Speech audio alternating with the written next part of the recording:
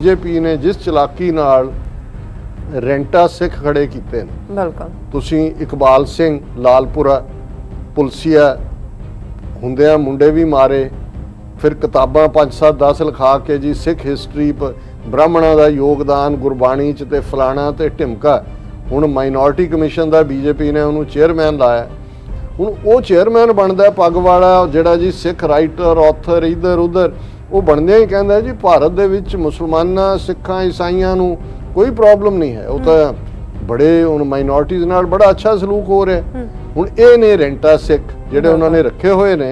हुण एक हरिंदर कालों जिन्हों लैके बड़ी डिबेट, ये सिख स्टूडेंट फैडरेशन का 84 तो बाद कन्वीनर हरिंदर कालों जिहदा नां, और उदों ही मूवमेंट नाल भी गदारी, उदों भी जिहड़े कुछ इनसाइडर सी उन्होंने पता सी भी ये काम ठीक नहीं है, किते ना किते कंप्रोमाइज़। ये हुण सारे वो हरिंदर कालों होए, इकबाल सिंह होए, कल नूं होर होए, अमरिंदर होए, बादल दलियां चों भी निकलणगे जिन्हां नूं इधर टिकटां ना मिलियां क्योंकि वो जाणगे।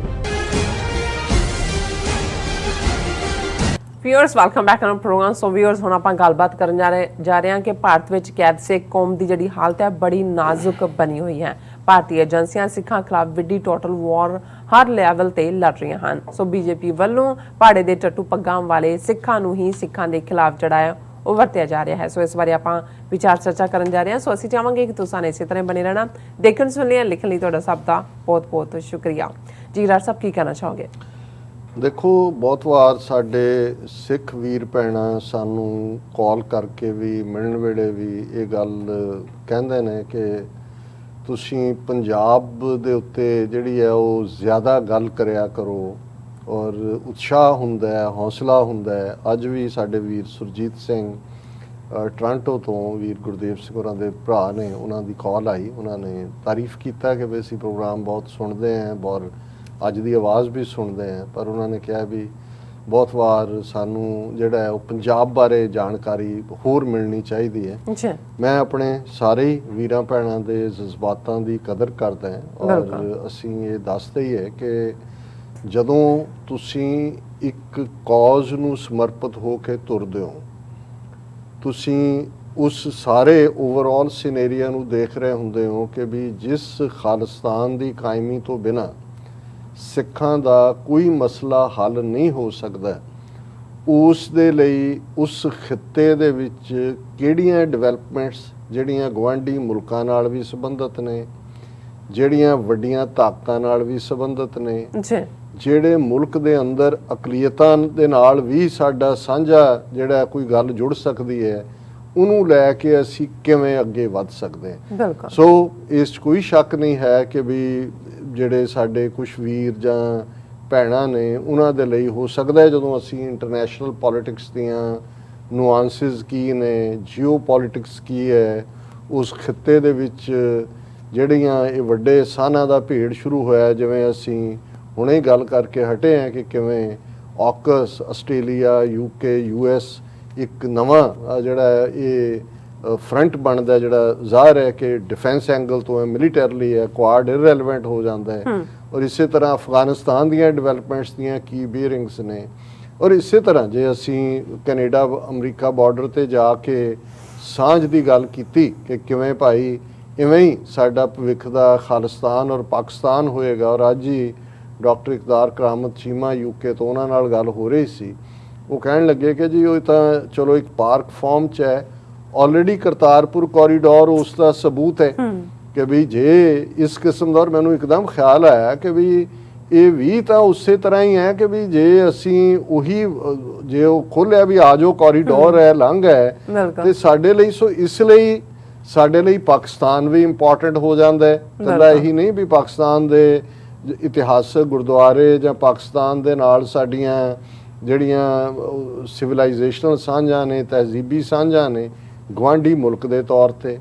खालिस्तान जे असीं सेंट्रल एशिया तक जाना है, यूरोप तक पहुँचना है, साडा गवांढी मुल्क पाकिस्तान, इसलिए पाकिस्तान च की तब्दीलियां हुंदियां ने वो भी सानू इंपैक्ट करदा है। अफगानिस्तान जे तुसीं हिस्टरी देखदे हो थ्रू आउट हज़ारां सालां दी, सो दिल्ली का फेट तो अफगानिस्तान काबल च डिसाइड हुंदा रहा। जे 18वीं सदी दे विच उस ट्रेंड नूं बदलिया ਤੇ ਉਸ ਮਹਾਰਾਜਾ ਰਣਜੀਤ ਸਿੰਘ ਦਾ ਪੀਰੀਅਡ ਇੱਕੋ ਇੱਕ ਪੀਰੀਅਡ ਹੈ ਜਿਹਦੇ 'ਚ ਇਹ ਡਿਸਾਈਡ ਹੋਇਆ ਕਿ ਪੰਜਾਬ ਦੇ ਜਾਇਆਂ ਨੇ ਡਿਸਾਈਡ ਕਰਨਾ ਹੈ ਕਿ ਕਾਬਲ ਦੇ ਤਖਤ ਤੇ ਕੌਣ ਬੈਠੇਗਾ। ਜਿਹੜਾ ਸ਼ਾਹ ਸ਼ੁਜਾ ਦਾ ਪੀਰੀਅਡ ਉਹ ਵੀ ਬੜਾ ਬਰੀਫ ਪਾਰਟ ਹੈ। ਦਰਾ ਖੈਬਰ ਤੱਕ ਦੀ ਅਸੀਂ ਗੱਲ ਅਕਸਰ ਕਰਦੇ ਹਾਂ। ਇਸ ਲਈ ਤੁਸੀਂ ਕਿਸੇ ਚੀਜ਼ ਨੂੰ ਸਿਰਫ ਇੱਕ ਕੈਪਸੂਲ 'ਚ ਬੰਦ ਕਰਕੇ ਕਿ ਪੰਜਾਬ ਦੇ ਵਿੱਚ ਕੈਪਟਨ ਨੇ ਕੀ ਕਿਹਾ, ਨਵਜੋਤ ਸਿੱਧੂ ਔਰ ਤੁਸੀਂ ਦੇਖੋਗੇ ਵੀ ਸਾਡਾ ਵੱਡਾ ਹਿੱਸਾ ਔਰ ਉਸ ਕਿਸਮ ਦਾ ਹੀ ਆਪਣੀ TRP ਵਧਾਉਣ ਵਾਲੇ ਲੋਕ ਵੀ ਆ ਗਏ ਉੱਤੇ। ਬੜੀ ਕੋਈ ਚੱਕਵੀਂ ਜਿਹੀ ਹੈਡਲਾਈਨ ਲਾਈ ਹੋਏ ਕਿ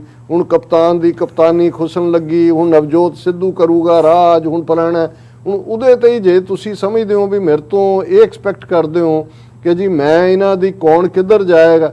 ਹਾਂ, ਅਸੀਂ ਇਹ ਬਰਾਡਰ ਦੇਖ ਸਕਦੇ ਹਾਂ ਕਿ ਜਿਹੜੀ ਵੱਡੀ ਖੇਡ ਹੈ, ਇਸ ਗੱਲ ਦਾ ਧਿਆਨ ਰਹੇ ਵੀ ਤੁਹਾਨੂੰ ਲੱਗਦਾ ਹੈ ਵੀ ਪੰਜਾਬ 'ਚ ਹਕੂਮਤ ਕੋਈ ਤੁਹਾਡੇ ਪੱਖੀ ਬਣ ਜਾਏ, ਆਮ ਆਦਮੀ ਪਾਰਟੀ। ਅੱਜ ਮੈਂ ਕਿਸੇ ਨੂੰ ਪੁੱਛ ਰਿਹਾ ਸੀ, ਕਹਿੰਦੇ ਉਹਦੀ ਹਵਾ ਉਧਰ ਬਣ ਰਹੀ ਹੈ।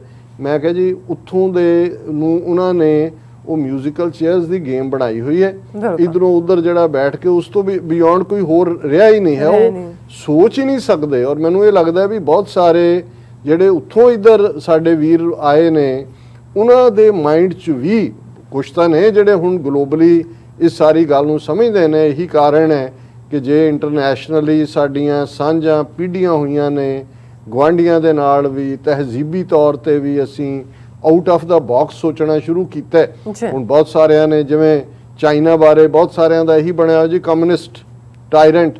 ਫਿਰ ਕਿਸੇ ਨੇ ਕਿਹਾ ਜੀ ਵੀ ਜੇ ਤੁਹਾਡੇ ਹਿੱਤ ਨੇ, ਪਾਕਿਸਤਾਨ ਤਾਂ ਇੱਕ ਮਜ਼ਹਬੀ ਮੁਲਕ ਹੈ, ਜੇ ਉਹ ਚੀਨ ਦੇ ਕਰੀਬ ਜਾਂ ਜੇ ਨਾ ਹੁੰਦਾ ਕਰੀਬ ਹੁਣ ਤੱਕ ਇੰਡੀਆ ਨੇ ਉਹਦਾ ਕੀ ਬਣਾਇਆ ਹੋਣਾ ਸੀ।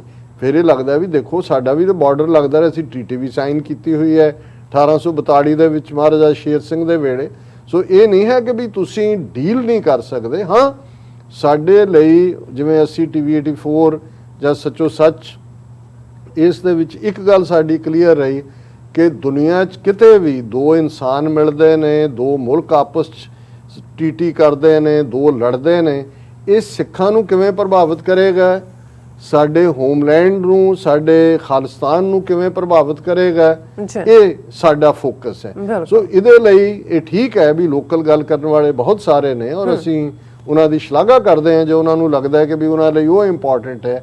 ਪਰ ਸਾਨੂੰ ਇਸ ਗੱਲ ਦੀ ਜ਼ਰੂਰ 20-25 ਸਾਲ ਸਟਰਗਲ ਲੜ ਕੇ ਸਮਝ ਆਈ ਕਿ ਜਦੋਂ ਤੱਕ ਅਸੀਂ ਇੰਟਰਨੈਸ਼ਨਲ ਰੈਲੇਵੈਂਸ ਪੈਦਾ ਨਹੀਂ ਕਰਾਂਗੇ ਖਾਲਿਸਤਾਨ ਦੀ, ਤੁਸੀਂ ਇਹ ਕਹੋ ਕਿ ਜੀ ਅਸੀਂ ਸੱਚੇ ਹਾਂ, ਸੱਚ ਦੀ ਜਿੱਤ ਹੁੰਦੀ ਹੈ।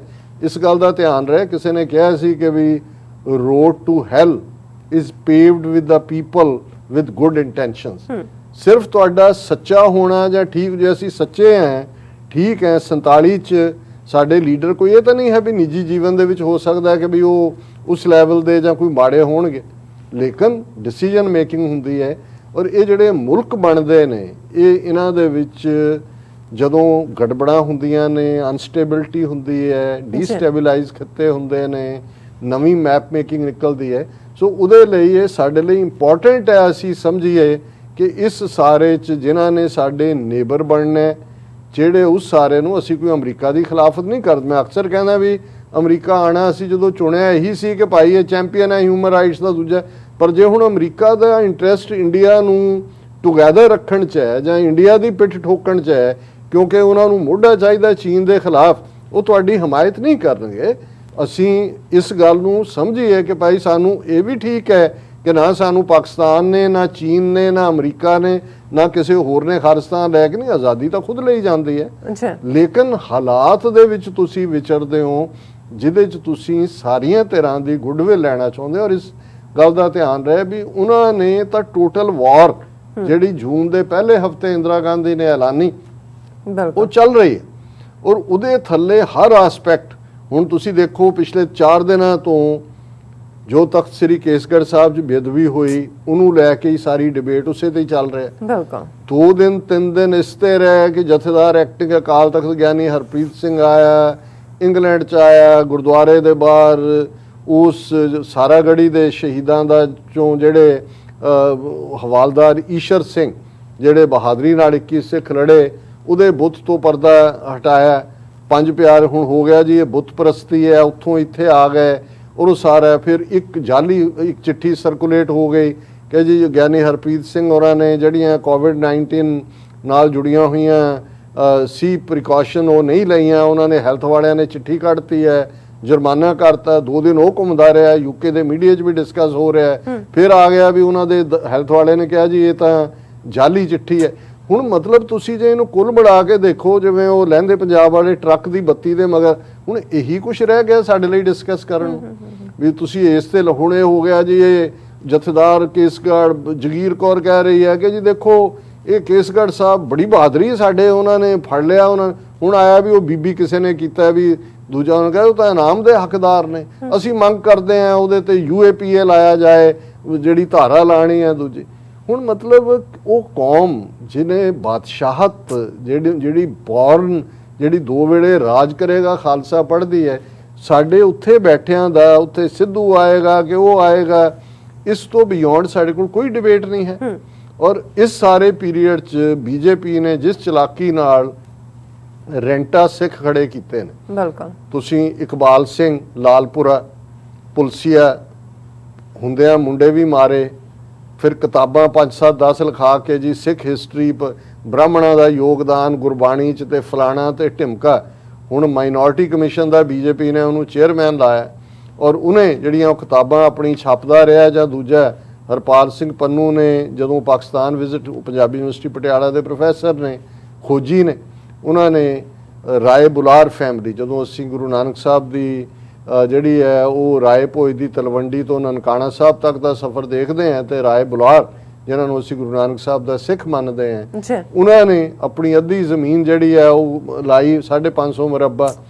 ਹੁਣ ਉਸ ਦੇ ਉੱਤੇ ਬੇਸਡ ਉਹਨਾਂ ਨੇ ਹਰਪਾਲ ਸਿੰਘ ਪੰਨੂ ਹੋਰਾਂ ਨੇ ਵੈਲ ਰਿਸਰਚ ਆਰਟੀਕਲ ਸੀ, ਉਹ ਪਾਕਿਸਤਾਨ ਗਏ, ਭੱਟੀ ਜਿਹੜੇ ਪਰਿਵਾਰ ਨੇ ਉਹਨਾਂ ਦੇ ਸਾਰਿਆਂ ਤੋਂ ਮਿਲ ਕੇ ਉਹਨਾਂ ਦਾ ਹੀ ਲੇਖ ਪੂਰਾ ਇੱਕ ਚੁੱਕ ਕੇ ਜਿਹੜਾ ਉਸ ਨੂੰ ਉਹਨੇ ਆਪਣੇ ਨਾਂ ਛਾਪਿਆ ਹੋਇਆ ਸੀ। ਜਦੋਂ ਉਹ ਪੰਜਾਬ ਦੇ ਵਿੱਚ ਉਹਨਾਂ ਦੀ ਇੱਕ ਮੈਗਜ਼ੀਨ ਸੀ, ਉਹਨੂੰ ਉਹਦੇ ਛਾਪਿਆ।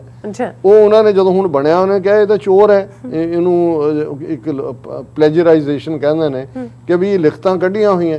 ਹੁਣ ਉਹ ਚੇਅਰਮੈਨ ਬਣਦਾ ਪੱਗ ਵਾਲਾ, ਜਿਹੜਾ ਜੀ ਸਿੱਖ ਰਾਈਟਰ ਆਥਰ ਇੱਧਰ ਉੱਧਰ, ਉਹ ਬਣਦਿਆਂ ਹੀ ਕਹਿੰਦਾ ਜੀ ਭਾਰਤ ਦੇ ਵਿੱਚ ਮੁਸਲਮਾਨਾਂ, ਸਿੱਖਾਂ, ਈਸਾਈਆਂ ਨੂੰ ਕੋਈ ਪ੍ਰੋਬਲਮ ਨਹੀਂ ਹੈ, ਉਹ ਤਾਂ ਬੜੇ ਹੁਣ ਮਾਈਨੋਰਟੀਜ਼ ਨਾਲ ਬੜਾ ਅੱਛਾ ਸਲੂਕ ਹੋ ਰਿਹਾ।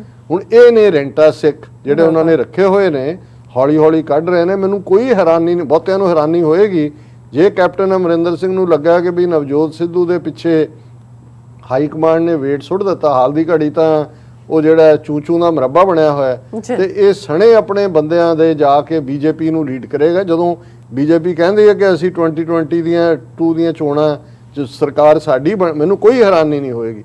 ਸੋ ਇੱਕ ਤਾਂ ਇਸ ਲੈਵਲ ਦੇ ਰੈਂਟਾ ਸਿੱਖ ਰੱਖੇ ਹੋਏ ਨੇ। ਹੁਣ ਇੱਕ ਹਰਿੰਦਰ ਕਾਹਲੋਂ ਜਿਹਨੂੰ ਲੈ ਕੇ ਬੜੀ ਡਿਬੇਟ, ਇਹ ਸਿੱਖ ਸਟੂਡੈਂਟ ਫੈਡਰੇਸ਼ਨ ਦਾ 84 ਤੋਂ ਬਾਅਦ ਕਨਵੀਨਰ ਹਰਿੰਦਰ ਕਾਹਲੋਂ ਜਿਹਦਾ ਨਾਂ, ਔਰ ਉਦੋਂ ਹੀ ਮੂਵਮੈਂਟ ਨਾਲ ਵੀ ਗਦਾਰੀ, ਉਦੋਂ ਵੀ ਜਿਹੜੇ ਕੁਝ ਇਨਸਾਈਡਰ ਸੀ ਉਹਨਾਂ ਨੂੰ ਪਤਾ ਸੀ ਵੀ ਇਹ ਕੰਮ ਠੀਕ ਨਹੀਂ ਹੈ, ਕਿਤੇ ਨਾ ਕਿਤੇ ਕੰਪਰੋਮਾਈਜ਼। ਫਿਰ ਆਲ ਆਫ ਏ ਸਡਨ ਉਹ ਗਾਇਬ ਹੀ ਹੋ ਗਿਆ ਸੀ, ਕਿਉਂਕਿ ਜਦੋਂ ਤੱਕ ਉਹਨੂੰ ਪਤਾ ਲੱਗਾ ਹੋ ਸਕਦਾ ਹੈ ਸਿੰਘਾਂ ਤੋਂ ਖੌਫ ਖਾਂਦਾ ਹੋਏ ਕਿ ਭਾਈ ਮੈਂ ਕਰਤੂਤ ਕੀ ਕਰਦਾ। ਫਿਰ ਇੱਕਦਮ ਆਇਆ ਕਿ ਵੀ ਉਹਨੇ BJP ਅਜੇ ਕੁਝ ਦੇਰ ਪਹਿਲਾਂ ਹੀ, ਹੁਣ ਇਹ ਤਾਂ ਅਸੀਂ 25 ਸਾਲ 30 ਸਾਲ ਪਹਿਲਾਂ ਦੀ ਗੱਲ ਕਰਦੇ ਹਾਂ, ਜਦੋਂ ਜਵਾਨ ਸੀ ਉਹ, ਫਿਰ ਉਹ BJP 'ਚ ਆ ਗਿਆ। ਹੁਣ ਇੱਕ ਦਿਨ ਅਚਾਨਕ 3-4 ਦਿਨ ਪਹਿਲਾਂ ਉਹਦਾ ਇੱਕ ਇੰਟਰਵਿਊ ਜਾਂ ਬਿਆਨ ਆਇਆ, ਉਹਨੇ ਕਿਹਾ ਐਵੇਂ ਮੋਦੀ ਇਹਨਾਂ ਨੂੰ ਠੀਕ ਨਹੀਂ ਹੈਂਡਲ ਕਰ ਰਿਹਾ, ਕਿਸਾਨਾਂ ਦਾ ਕੀ ਆ, ਡੰਡੇ ਮਾਰ ਕੇ ਲੰਮੇ ਪਾ ਕੇ ਤਾਂ ਲੱਭਣ ਨਾ ਜੇ ਮੇਰੇ ਕੋਲ ਹੋਏ। ਹੁਣ ਆਪਣੇ ਪਹੁੰਚ ਗਏ, ਉਹਦੇ ਘਰ 'ਚ ਗੋਹਾ ਸੁੱਟ ਰਿਹਾ ਨੇ। ਦੂਜਾ ਉਹ ਬੜੀਆਂ ਖਬਰਾਂ ਬਣੀਆਂ, ਹਰਿੰਦਰ ਕਾਹਲੋਂ ਦੇ ਘਰ 'ਚ ਗੋਹਾ ਸੁੱਟਿਆ, ਉਹਨੂੰ ਠੀਕ ਕੀਤਾ, ਗਲਤ ਕੀਤਾ ਉਹ ਬਿਆਨ BJP। ਮਤਲਬ ਇਹ ਹੈ ਵੀ ਇਹ ਹੁਣ ਸਾਰੇ ਉਹ ਹਰਿੰਦਰ ਕਾਹਲੋਂ ਹੋਏ, ਇਕਬਾਲ ਸਿੰਘ ਹੋਏ, ਕੱਲ ਨੂੰ ਹੋਰ ਹੋਏ, ਅਮਰਿੰਦਰ ਹੋਏ, ਬਾਦਲ ਦਲੀਆਂ 'ਚੋਂ ਵੀ ਨਿਕਲਣਗੇ ਜਿਨ੍ਹਾਂ ਨੂੰ ਇੱਧਰ ਟਿਕਟਾਂ ਨਾ ਮਿਲੀਆਂ, ਕਿਉਂਕਿ ਉਹ ਜਾਣਗੇ।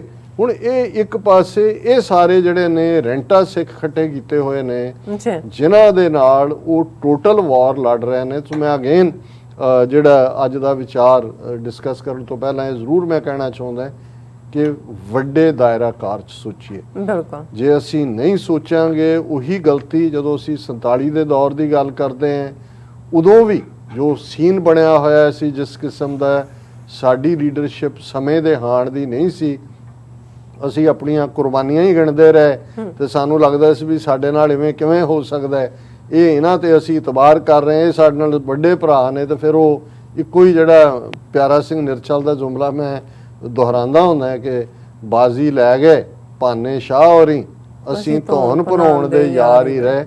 ਹੁਣ ਇੱਕ ਹੋਰ ਓਪਰਚੁਨਿਟੀ ਜਿਹੜੀ ਹੈ ਉਹ ਦਸਤਕ ਦੇ ਰਹੀ ਹੈ, ਜੀਓ ਪੋਲਿਟਿਕਸ ਬਦਲ ਰਹੀ ਹੈ।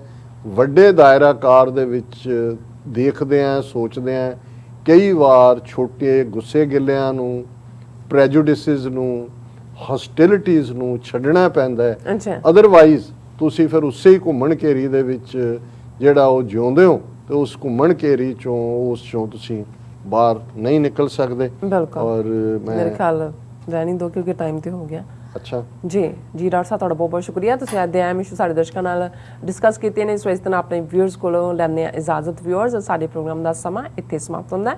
ਤੁਸੀਂ ਆਪਣੀ ਰਾਏ ਤੇ ਸੁਝਾਅ ਸਾਨੂੰ ਭੇਜਣਾ ਨਾ ਭੁੱਲਣਾ ਸਾਡੇ ਇਸ ਪਤੇ ਤੇ SOS@TV84.tv ਤੇ ਅਸੀਂ ਆਪਣਾ ਪ੍ਰੋਗਰਾਮ ਲੈ ਕੇ ਫਿਰ ਦੁਬਾਰਾ ਤੁਹਾਡੇ ਰੂਬਰੂ ਹੋਵਾਂਗੇ। ਤਦ ਤੱਕ ਲਈ ਮੈਨੂੰ ਤੇ ਆਪਣਾ ਸੁਣਾ ਗਿਆ ਦਿਓ। ਦੇਖਦੇ ਰਹੋ TV84। ਬੁਲਾ ਦਿਓ ਫਤਿਹ। ਵਾਹਿਗੁਰੂ ਜੀ ਕਾ ਖਾਲਸਾ, ਵਾਹਿਗੁਰੂ ਜੀ ਕੀ ਫਤਿਹ। ਰੱਬ ਰਾਖਾ।